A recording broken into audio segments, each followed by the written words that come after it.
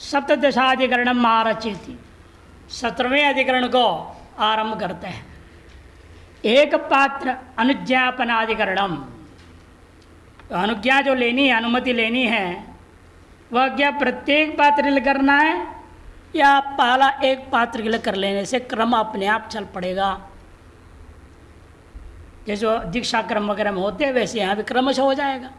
एक को पहले वाले को बोलना जरूरी है अथवा सभी को करना है। पूर्व पक्षी सबको कहेगा, सिद्धांति एक को कहेगा। इसका नाम है एक पात्र अनुज्ञापनाधिकरणम। उपह्वानम अशेषाणाम उतस्याद्यगपात्रिणाम अदृष्ट हेतुराध्य स्याद् दृष्टाधिक्यादितोऽन्तिमः। उपह्वान जो क्रिया पूर्व अधिकरण में निर्णय हुआ वह सकल पात्र धारियों को करना है या एक पात्र नाम एक पात्र को करनी है। पूर्व पक्षी कहते हैं अदृष्ट है दो आद्य स्यात्। ये जो है आह्वान है, अज्ञापन और अनुज्ञापन जो लिया जा रहा है, अनुज्ञापन वह अदृष्ट फल है उसका, अतएव सबके लिए होनी चाहिए। सिद्धांत कहते हैं नहीं, ये तो दृष्ट है, क्रम तय करने के लिए केवल कहा जा रहा है। दृष्ट आधिक्यादि तो अंतिम, इसलिए अंतिम पक्ष माने एक पात्र पक्ष मानना ही उचित है कि भाग आधिक्य, क्योंकि है ना हर एक पात्र में कितना बचा है कोई निश्चय है क्या? किसी में ज़्यादा बच गया होगा, किसी में कम बच गया होगा। भाग में भी आधिक्यता रहेगी, सम तो रहेगा नहीं। जिसके भाग्य में जो है भाग में जितना मिल रहा है उसको प्राप्त करेगा, और क्रम मात्र में निर्णय करना है। अतएव आधिक्य मने वही है, भाग आधिक्य के कारण से न्यूनाधिकता हो सकता है। इस वजह से अनुज्ञापनस्य अदृष्टम प्रयोजनम, पूर्व पक्षी कहता है अनुज्ञापन का प्रयोजन क्या है? अदृष्ट है। तच्च विभिन्न पात्रेषु अपि समानम, और सकल पात्रों में भिन्न पात्रों बराबर है। अतः सभी पात्रों के विषय में तो तत्पात्रों का आज्ञापन आवश्यक है। इति चेत्मैवम् दृष्ट प्रयोजनस्य सद्भावात्, यह दृष्ट प्रयोजन है। साधारण वस्तुनि कथंचित भागाधिक्ये अपराधो भवति, साधारण वस्तु में नियम होता है कथंचित अधिक भाग बच जाए वह अपराध हो जाएगा। अपने स्वार्थ में बचा लिया जाएगा ना। साधारण मामलों में यदि कोई ऐसे गड़बड़ कर दिया, कहेंगे यार ये स्वार्थ में अपने लिए बचा लिया ज़्यादा और उधर कम दिया। जैसे किसी को लालच हो गया बांट रहा है, उसको बोले आप प्रसाद बांटो, वहाँ बैठो, दिया उसको प्रसाद बांटो। उसने देखे इतना बढ़िया प्रसाद है, सब क्यों दो, निकाल एक एक अपने इधर बगल करते गया और देते गया और ख़त्म हो गया, बोल दिया। वो अपने लिए निकाल लिया ज़्यादा फालतू के होते। अब क्या करें? लेकिन लौकिक वस्तु में भले ऐसा हो जाए, लेकिन वैदिक वस्तु में ऐसा नहीं होने दे सकते। साधारण वस्तुनि कथंचित भागाधिक्ये अपराध भवति, इन्हें ऐसा नहीं अब हवन में डाल रहे हैं, डालते हो हम कितने बचाने की इच्छा से तो बचाना आदेश है, बचाना तो ही है। और कितना बचेंगे नाप के थोड़ी बचेगा, वह अंदाजन डाल देगा और डर के हमारे बचे ना बचे तो अपराध हो जाएगा। डर के हमारे झटिति कर दिया। इसे किसी में क्या होता है, ज़्यादा बच जाता है, किसी कम बच जाता है। यहाँ तो संभव है। अतो न्यूनाधिकत्व परिहार निमित्तम अनुज्ञापनम एक पात्रणामेव, न्यूनाधिक के परिहार निमित्त अनुज्ञापन प्रत्येक के लिए न करते हुए केवल एक के करने से पर्याप्त है। एक पात्रणामेव इति सिद्धम, किसी का न कम होगा, किसी में ज़्यादा बचेगा। अष्टाशाधिकरणम आरचति, 18वां अधिकरण है स्वयं यष्टुर्भक्षाधिकरण। बहुत ही विलक्षण है प्रक्रिया। यहाँ अधिकतर होता ही याज्ञा अनुवाज्ञा का पाठ करके वशट करके हवन करता है, और इसलिए वशट कर्तु प्रथम भक्ष का अधिकार होता को ही मिलता है। और होता ही इसलिए वशटकार भी वशटकरण भी करेगा और भक्षण भी प्रथम वही करेगा। लेकिन एक याग विशेष में ये काम यजमान को ही करना चाहिए बोल दिया। याज्ञा पाठ यजमान करें। अब वहाँ समस्या हुई, लेकिन वशट कौन करेगा, भक्षण कौन करेगा? पूर्व पक्षी कहेगा याज्ञा मात्र यजमान को पाठ करने कहा है ना, तो याज्ञा नमक युगल मंत्र पाठ करेगा, बाकी वशट तो होता ही करेगा। इसे भक्षण का अधिकार भी होता कोई मिलना चाहिए, ये पूर्व पक्ष कहेगा। सिद्धांत का नहीं, यहाँ ये भी है, जो याज्ञा पाठ करेगा वही वशट करेगा, वही भक्षण भी करेगा। इसलिए यजमानी याज्ञा पाठ करने के लिए जब कह दिया गया, होता का अधिकार को हटा करके यजमान को अधिकार दिया गया याग विशेष में याज्ञानुवाक्य पाठ करने, तो वशट भी यजमानी कहेगा और भक्षण भी यजमानी करेगा, होता को नहीं मिलेगा। ये बस इसके लिए आरंभ हो रहा है। स्वयं यष्टु, स्वयं यष्टु माने यजमान, वही जो है भक्षण पर्यंत कार्य करेगा। इति स्वयं यष्ट भक्षाधिकरण होतुर याज्ञापनीतौ किम न वषट्कार भक्षयो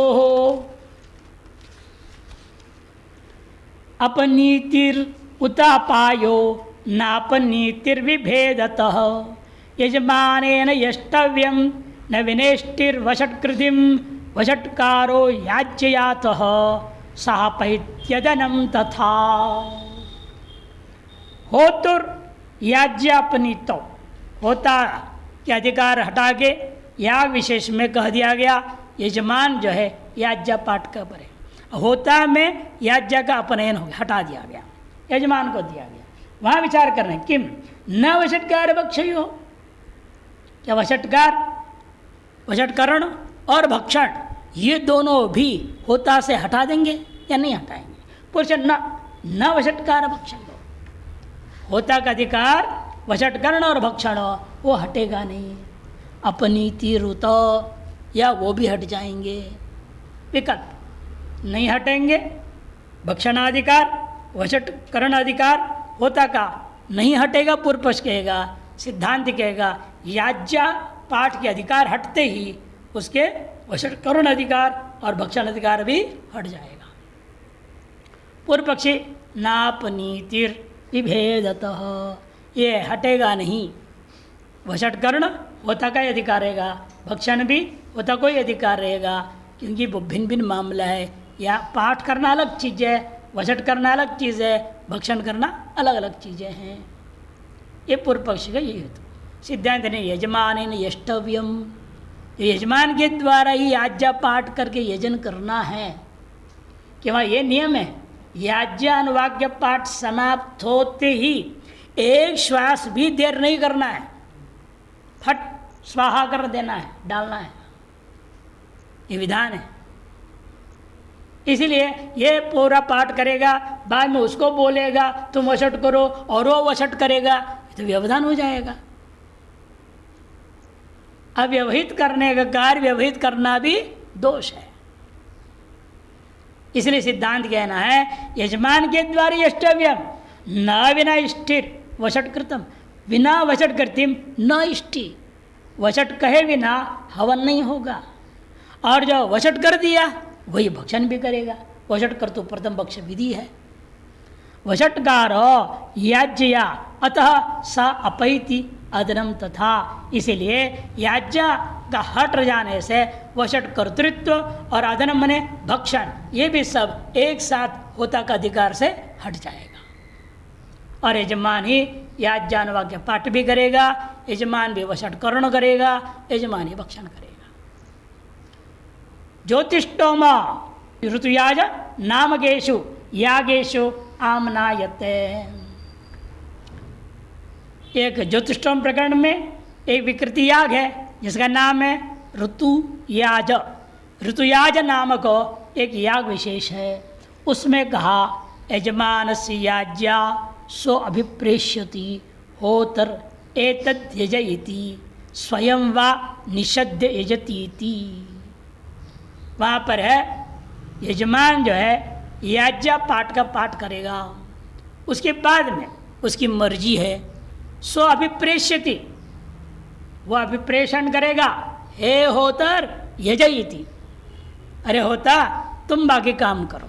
यदि यजमान कहेगा तो होता को अधिकार मिल जाएगा, वो वशटकरण करेगा, भक्षण भी कर देगा। वहाँ कहा विधि में विकल्प, स्वयं वा निषद्य यजती थी। तो स्वयं वहीं बैठ करके या जब पाठ के बाद वो स्वयं ही वहाँ पर करेगा यह करके। स्वयं पक्ष में विचार है, यह अधिकरण है स्वयं पक्ष में। यजमान में उसको दे दिया अधिकार, होता आप करो करके, तो होता वशट कर रहा है, वही भक्षण भी करेगा, वहाँ संशय ही नहीं है। जब स्वयं करने लगेगा तब संशय।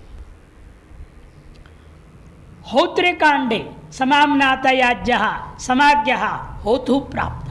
होत्र कांड में पठित जो याज्ञा मंत्र है वे समाख्या प्रमाण के आधार पर होता के द्वारा पाठ करने प्राप्त है।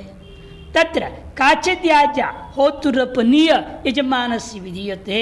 वहाँ पर इस याग विशेष में किसी याज्ञ विशेष को होता से अधिकार हटा करके यजमान को अधिकार दिया गया है। ततो यजमान स्वेच्छया होतरम व प्रेषति स्वयं व याज्ञाम पठति। और यहाँ यजमान स्वेच्छापूर्वक होता को पोषण भी कर सकता है और स्वयं भी याज्ञ पाठपूर्वक सकल कार्य कर सकता है। तत्र स्वपाठ पक्षे याज्ञैव होतुरपनीयते। वहाँ पर जो स्वयं पाठ करने का बात आई, वहाँ पर याज्ञा मात्र को होता से हटाएंगे और वशट करण एवं भक्षण होता को करने दिया जाए, ऐसे पूर्व पक्ष कहता है। तत्र स्वपाठ पक्षे याज्ञा एव होतुरपनीयते न तो वशटकार भक्ष अपनीयते। वशटकार और भक्षण का अपने नहीं होगा। तयोर याज्ञायाम अनंतर भावात, क्योंकि उसकी याज्ञा से उनका कोई लेना देना नहीं, संबंध नहीं है, ऐसा पूर्व पक्षी कह रहा है। अतो होता एवं वशट करोति भक्षेति च। होता वशटकरण करेगा, भक्षण करेगा, यजमान केवल याज्ञा पाठ करके छोड़ देगा। इति प्राप्ते ब्रूमः, सिद्धांत से नहीं हो सकता। स्वयं व निषद्य बोला है ना, निषद्य यजती थी पक्ष स्वीकाराद यजमानेन याग कर्तव्य। ऐसे पक्ष को जब स्वीकार किए हो स्वयं पक्ष को, यजमान के द्वारा याग भी कर्तव्य होगा। जब याग करेगा बिना वशट बोले याग कैसे करेगा वो? अब वशट कोई दूसरा कहेगा या कोई और करेगा क्या? जो वशट करेगा, वशट करिशन नियम है, वहाँ वशट करिशन, वशट करते हुए सीधा हवन करना है। इसलिए यहाँ पर स्वयं व निषद्य यजती थी पक्ष स्वीकाराद यजमानेन याग कर्तव्य। सच यागो यशटकार मंत्रे वशटकार मंत्रेण न संभवति। सच यागो वशटकार मंत्रेण न संभवति। वशट कहे बिना नहीं हो सकता। याज्ञाया अधि वशट करोति तद विधानात्। स्पष्ट है, याज्ञाया अधि, अधि का मतलब कि व्यवधान नहीं होनी चाहिए, तुरंत वशट करोति तद विधानात्। यजमानो याज्ञाम पढ़तु, पूर्व पक्षी कहेगा ठीक है, यजमान याज्ञा पाठ करेगा, उसका पाठ समाप्त होते झटिति होता जो है वशट कर डालेगा। वशट करोति इति चेत मैवम। वहाँ पर एक दूसरे वाक्य में कहा अनवान यजती थी। याज्ञा वशटकार्योर मध्य, याज्ञा और वशटकर्ण इन दोनों के बीच में अनवान बोल दिया। अनवान कर दिया श्वास निषेधेन। अवान मने श्वास, अनवान मने एक भी श्वास ले करके बीच में व्यवधान करके आप हवन नहीं कर सकते, तुरंत अव्यवहित में करना है। श्वास निषेधेन एक कर्तृदावगमात्, भिन्न कर्तृक नहीं हो सकता, एक कर्तृक संभव है। अतो याज्ञ स वशटकारो होतुरपैति, याज्ञ के सहित वशट कर्तृत्व भी होता का हट गया। जब वो हट गया तद अपाय वशटकार निमित्त भक्षश्च होतुरपेत्य यजमाने निविशते। इसे वशटकार निमित्तक जो भक्षण था वह भी होता से हट गया, जैसे वशटकरण किया ही नहीं, इसे उसका अधिकार खत्म हो गया, वह भी इसलिए यजमान में प्रविष्ट हो गया। इसे यजमानी याज्ञा पाठ करेगा, यजमानी जो है वशटकरण भी करेगा, यजमानी भक्षण करेगा, ये सिद्ध हुआ। फल चमसाधिकरणम, फल चमसाधिकरणम एकोनविंशाधिकरणम आरचयति। एकोनविंशाधिकरणम आरचयति। फल चमसाधिकरणम, किसी याग विशेष में सोम के वजह से निग्रोध पिष्ट को विधान किया। वहाँ विचार करना है। निग्रोध पिष्टम सोमस्य स्थाने क्षत्रिय वैश्यो भक्ष मात्रे विकुर्यात् तत् सोमयागे पिवा तथा विभक्ष विषया वाक्यम उपक्रम्योपसंहृतम भक्षम यच्छेदिति ततो विकारो भक्ष मात्रगः फलाक्य चमसेनासौ यजेतेति श्रुतत्वतः इच्छायांच विकारोस्ति यागार्था भक्ष संस्कृति ही। कहते देखो किसी याग विशेष में सोम के जगह पर, जैसे भी होता के जगह पर यजमान, वैसे ही प्रसंग आ गया इसलिए उठा रहे हैं। क्षत्रिय और वैश्य, यदि मान लो क्षत्रिय कोई अग्निहोत्री है, वैश्य कोई अग्निहोत्री है, संपन्न भी है, वो सोम याग करना चाहता है। उसके लिए कहा तुम सोम रस से याग नहीं करोगे। उसके लिए विधान किया निग्रोध का पिष्ट ले लो। निग्रोध माने बरगद का पेड़, बरगद का पेड़ होता है ना, वट वृक्ष, सोम रस की जगह पर। निग्रोध पिष्टम सोमस्य स्थान है, जैसे होता के स्थान में यजमान को कहा, वैसे सोम के स्थान में जो है आपको निग्रोध पिष्ट का विधान किया क्षत्रिय वैश्य, क्षत्रिय और वैश्य के लिए। इन यह नियम जो प्रतिनिधि बनाया, सोम का प्रतिनिधि निग्रोध पिष्ट, किस कार्य के लिए? पूरे याग के लिए या भक्षण मात्र में? पूर्व पक्षी कहेगा भक्षण मात्र में। भक्षण के बाद प्रकरण में आया है, इसे भक्षण मात्र में सीमित कर दो। बाकी याग सोम रस से ही करेगा, याग तो सोम रस से करेगा। इन भक्षण का जब नंबर आया, क्रम आया, तब वो क्या करेगा? निग्रोध पिष्ट को खाएगा। ये माना जाए? सिद्धांत कहते नहीं, क्योंकि फल चमस नाम से रख दिया है कि निग्रोध फल से बना हुआ है, इसलिए उसका नाम फल चमस। अब तक सोम चमस पात्र, सोम के ग्रह पात्र होते थे, उसका नाम फल चमस पात्र किया। जब फल चमस पात्र है, चमस से हवन होता है, जब हवन भी तो निग्रोध पिष्ट से करना पड़ेगा, सोम से कैसे करेगा वो? इसे पूरा सोमयाग निग्रोध पिष्ट से ही होगा। अतः भक्षण भी निग्रोध पिष्ट का शेष, वही शेष बचेगा, वही खाएगा। ये सिद्धांति कहता है। देखिए, निग्रोध पिष्टम सोमस्य स्थाने क्षत्रियवैश्यर्विहितम तच्च भक्ष मात्रे विकुर्यात् तत्, और ये बात भक्षण मात्र में विकृति मान लिया जाए। सोमयागे पिवा, अतो पूरे सोमयाग में मान लिया जाए, ये शंका, विषय संशय हो गया। तथा इति, तब से पूर्व पक्ष कहेगा विभक्ष विषया वाक्यम उपक्रम्य उपसंहृतम। भक्षण विशेष रूपेण भक्षण को विषय करके ही वाक्य का उपक्रम और उपसंहार हुआ है। क्या था? जैसे भक्षम यच्छेद इति ततो विकारो भक्ष मात्र का, ये जो सोमस्थानिक निग्रोध पिष्ट जो विकार है वो भक्षण मात्र में सीमित होनी चाहिए। पूर्व पक्षी के जवाब में सिद्धांत कहता है फलाक्य चमसे नासो यजेत इति श्रुतत्वतः। विधि आया, वो जो निग्रोध पिष्ट उसको दही आदि में डाल करके बनाया जाता है। जैसे आपका मंथ बनाते हैं ना, प्रधान के प्रसाद में आया है, मंथ निर्माण करते हैं ब्रह्मचारी, वैसे इसको बनाया जाता है। वहाँ तो 10 ग्राम्य धान्य को डाल करके पीस पास करके बनाया जाएगा। ब्रह्मचारी उसको 3 बार में खाएगा, अंतिम बार में धो करके पिएगा, ऐसा वर्णन आया। ऐसे यहाँ पर भी जो है फल चमस, फलाक्य चमस पात्र के द्वारा आहुति देने, याग करने को कहा गया है। जब याग करेगा, इसका मतलब क्या हुआ? ये पूरे सोम के जगह पर ये विधि हो गया, द्रव्य प्रतिनिधि हो गया। इति श्रुतत्वता इज्जायांच विकारो अस्ति, केवल भक्षण में नहीं बल्कि इज्जा से लेकर के भक्षण पर्यंत पूरी प्रक्रिया में यह प्रतिनिधि को मानना पड़ेगा।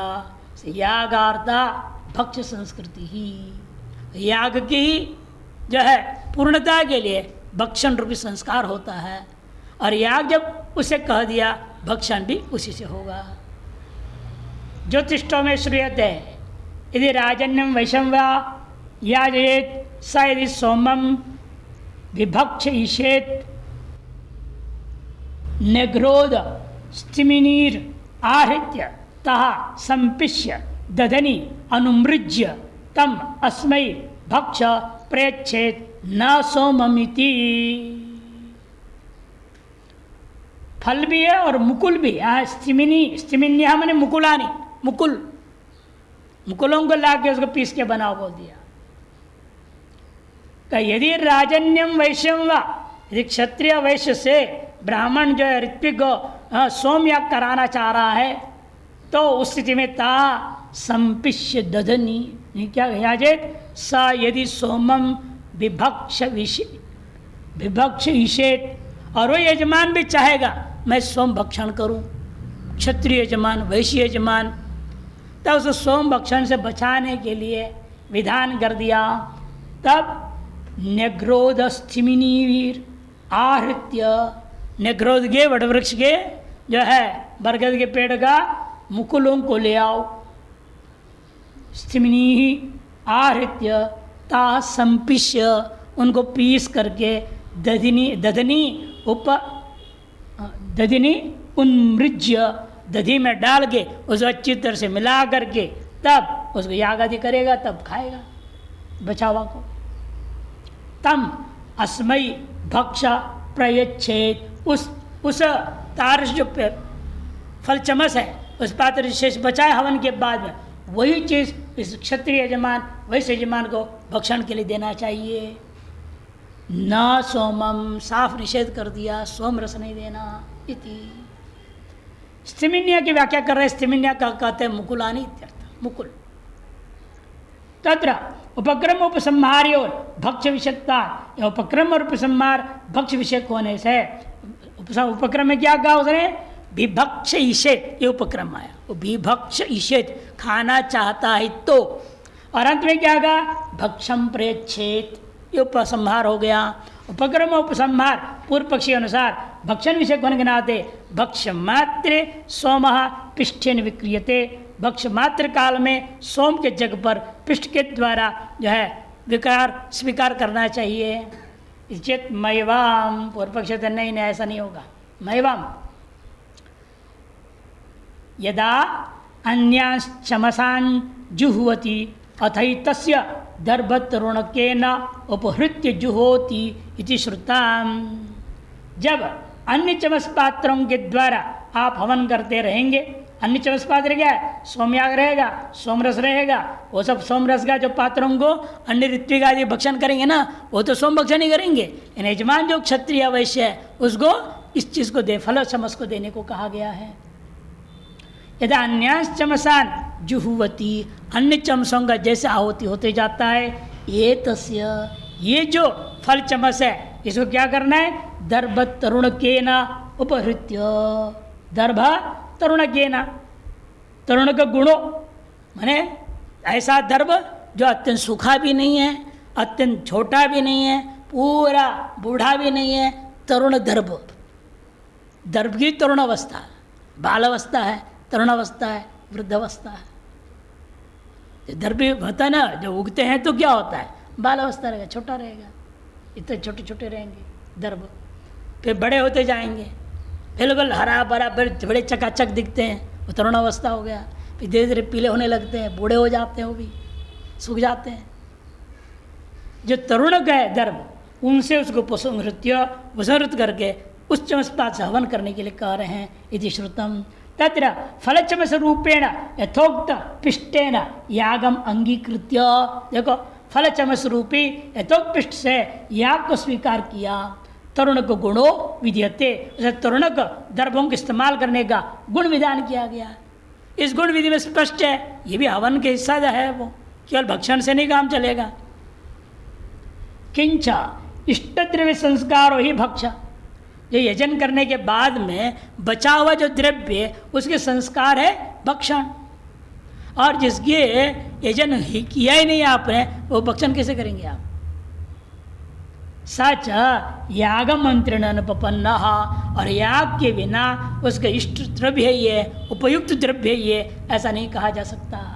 तस्मात् यागे पि विकार, इसलिए याग में भी पिष्टि का विकार को स्वीकार करना चाहिए।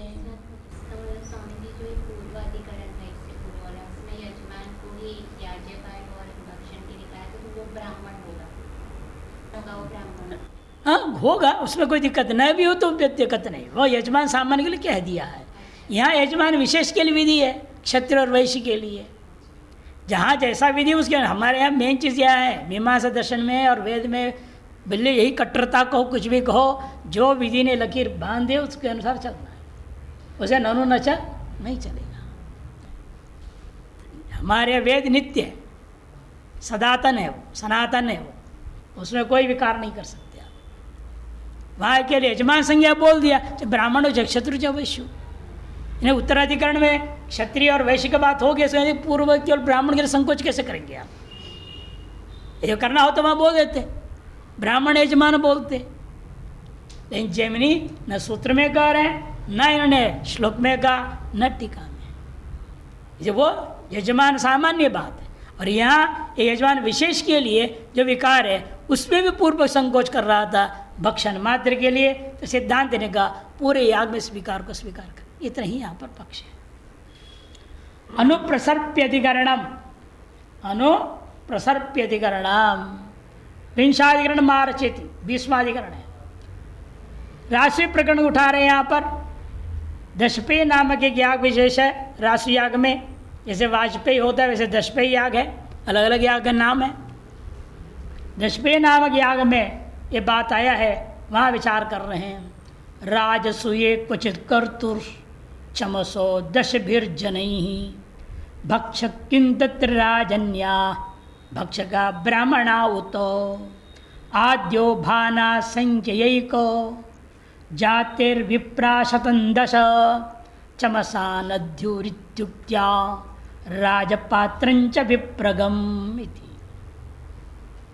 राजस्व याग में किसी एक याग विशेष है, दशपेय नामक याग विशेष, वहाँ ये बात सुनने को मिला, दश दशैकैकम चमसम अनुप्रसर्पन्ति इति।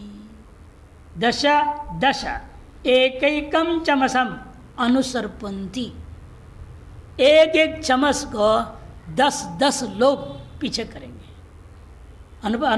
अनुसर्पण करेंगे, अतः उनको 10 को भक्षण का अधिकार हो जाएगा। कितने हो जाएंगे?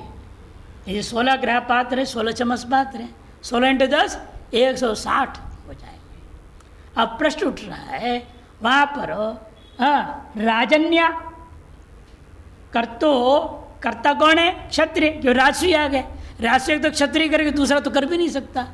राजा राजस्वीय ने यजेता, क्षत्रिय वहाँ यजमान होना है, ब्राह्मण वैश्य यजमान तो हो ही नहीं सकते। अब वो जो यजमान का जो पात्र है उसके साथ और जो 10 लोग अनुसर्पण करेंगे वे कौन होंगे? क्षत्रिय होंगे कि ब्राह्मण होंगे? ये प्रश्न है, वही समझा रहे। कर्तुर्चमसो दशवीर जनि भक्ष किम तत्र, कर्तृचमस को भी, यजमान का जो चमस है उसको भी 10 जनों के साथ भक्षण करना है, वो भी अनुसर्पण करेंगे, वो भी खाएंगे। तब किम तत्र राजन्य एवं भक्षका ब्राह्मण हो, तो खाने वाले क्षत्रियों को ही 10 लोगों को लिया जाए या ब्राह्मण 10 होंगे? आद्यो पूर्व पक्षी भाना संख्या एक जातिर, कहते देखो संख्या के आधार पर एक जाति ही ऐसा मालूम होता है भाना, इसलिए होना चाहिए वहाँ क्या एक जाति वाले ही लो, क्षत्रियों को ही ले लो।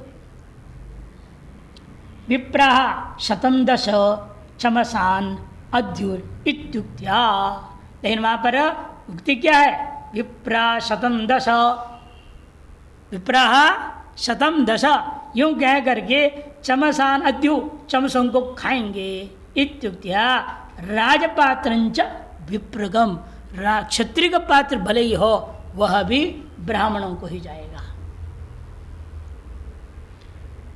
राजसूय दशपेय नाम की याग है, श्रेते दशपेय नाम की याग में श्रवण हो रहा है।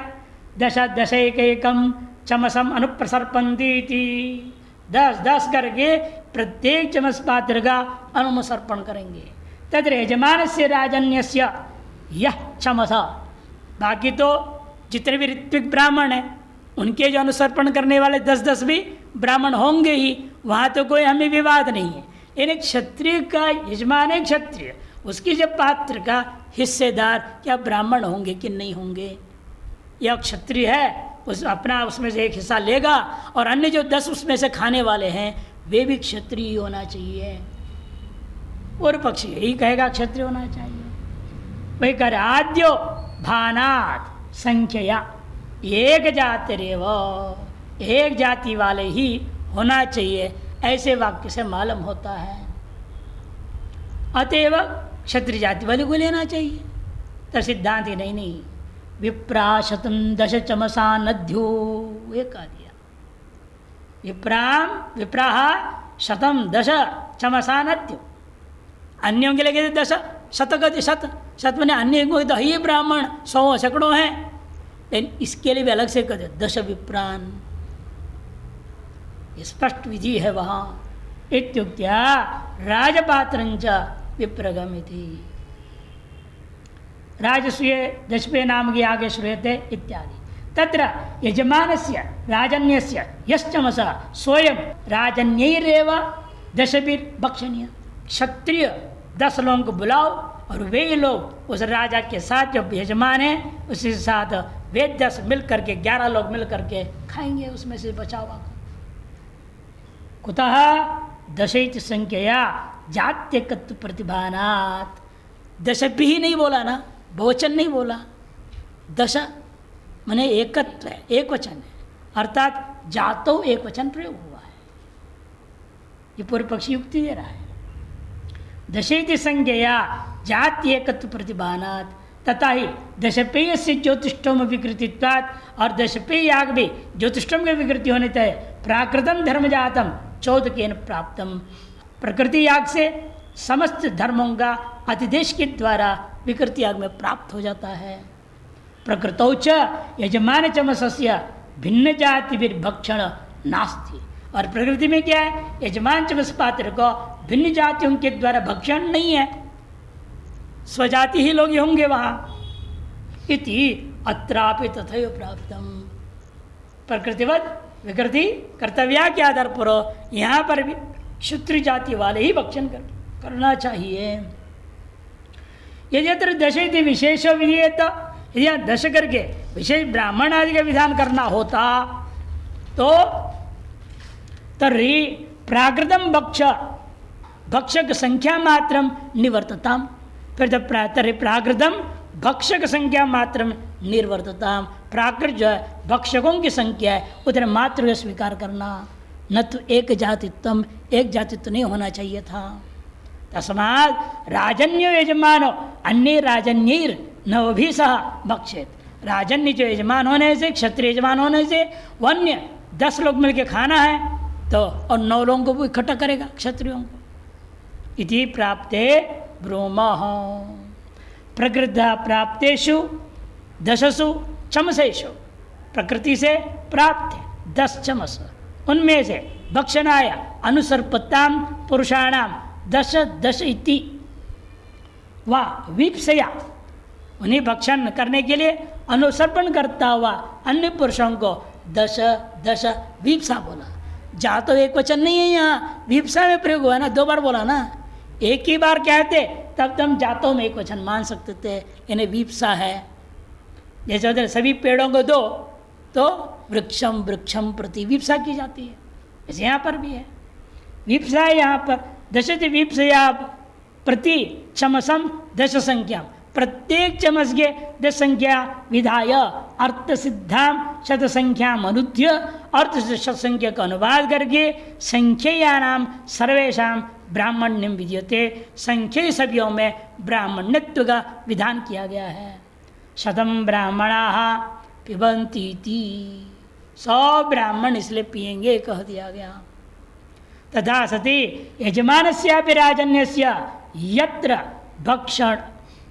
भक्षो नास्ति, अतएव पूरे 100 ब्राह्मण ही खाएंगे कह दिया, मैंने यजमान क्षत्रिय उसको भी भक्षण का अधिकार खत्म कर दिया, तो उसके साथ और 9 क्षत्रिय के खाएंगे कैसे बोल रहे हो। तथा सति यजमानस्यापि राजन्यस्य यत्र भक्षो नास्ति तत्र कुतोन्य राजन्य भक्षेयो, तब ऐसे में अन्य क्षत्रिय आकर के भक्षण के हिस्सेदार कैसे हो सकते हैं, उन्हें नहीं हो सकते। तस्मात् ब्राह्मण एव भक्षका, ब्राह्मण ही भक्षण करने वाले होंगे, ये सिद्ध हो जाता है। ऐसे माधवीय जैमिनी न्यायमाला विस्तर है तृतीयाध्याय से पंचम पाद। अब तृतीयाध्याय से षष्ठ पाद से प्रथमाधिकरण मार्चित, तृतीय अध्याय के छठे पाद का पहला अधिकरण आरंभ होता है। इसके बारे में तो आप संग्रह में खूब सुन चुके हैं। ये पहला अधिकरण परिणमयित्वाधिकरण, यस्य परिणमयी जुहुर्भवति न स पापम श्लोकम शृणोति इत्यादि। अलग अलग पात्र अलग अलग लकड़ी से बनाने को कहा था। जैसे उपभृत वही कंक थी, जैसे खातिर, अलग अलग पात्रों को अलग अलग लकड़ियों से बनाने का विधान किया। अलग अलग फल भी बता दिया। और जू यदि पलाश पेड़ का बनाते हैं तो उसको कभी अपयश सुनने को नहीं मिलेगा, ये फल बताया। न सब पापम श्लोकम, श्लोकम नहीं यश, पाप में अपयश कभी सुनना नहीं पड़ेगा, ये कहा। वहाँ पर विचार किया जा रहा है उसको लेकर के।